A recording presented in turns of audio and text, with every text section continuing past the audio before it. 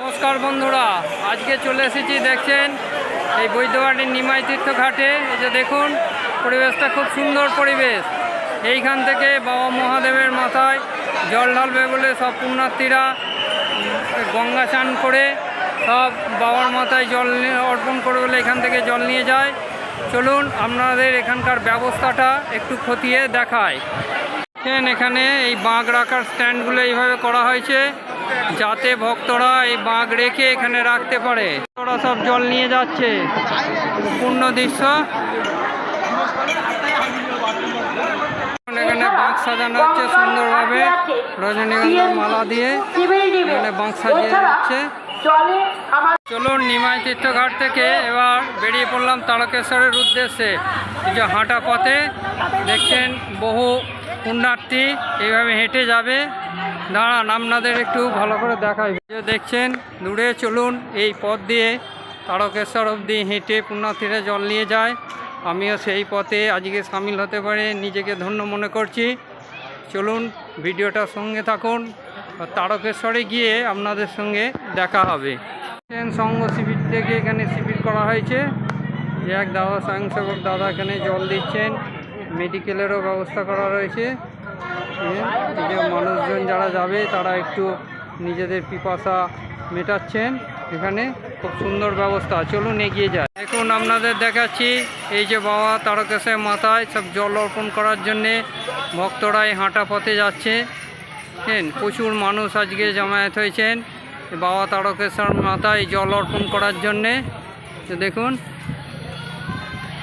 তারকেশ্বর শ্রাবণী মেলার পক্ষ থেকে এখানে দেখছেন জল সত্ত্বের ব্যবস্থা করা হয়েছে।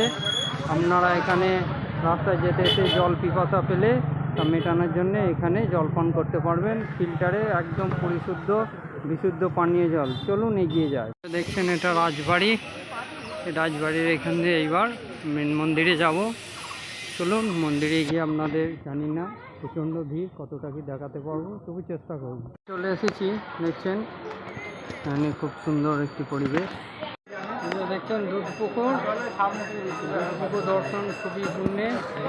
আর এইখান থেকে দেখা এই যে ওই যে দেখছেন বাবার ধাম দেখা যাচ্ছে দূরে।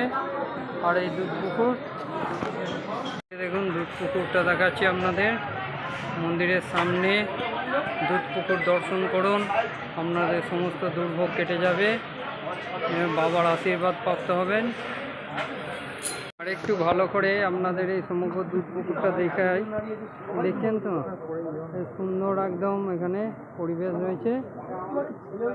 আর একটু ভালো করে দেখালাম, এইখান থেকে খুব ভালো করে দেখা যাচ্ছে। আজকে লাইটিংসও বন্ধ আছে। চলুন এবার মন্দিরের ভেতর যাব। প্যাসেজটার মাধ্যমে আপনারা পুরো দুধ পুকুরটাও প্রদক্ষিণ করে নিতে পারেন। এই প্যাসেজটা দেখুন খুব সুন্দর করেছে এবং এর আলো জ্বললে আরও ভালো লাগে। এটা দিনের বেলাতেও খুব সুন্দর লাগছে। আগে এখানটা খুবই অপরিষ্কার হয়ে থাকতো, কিন্তু এখন এই নতুনভাবে এটা করার জন্যে খুবই ভালো লাগছে। আর দাঁড়ান দেখায় এইরকম বাবা মহাদেবের কাট আউট, দেখছেন তো? আসুন তোমাদের দেখায়।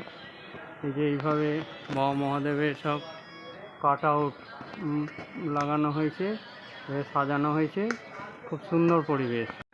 দেখছেন প্যারার দোকান।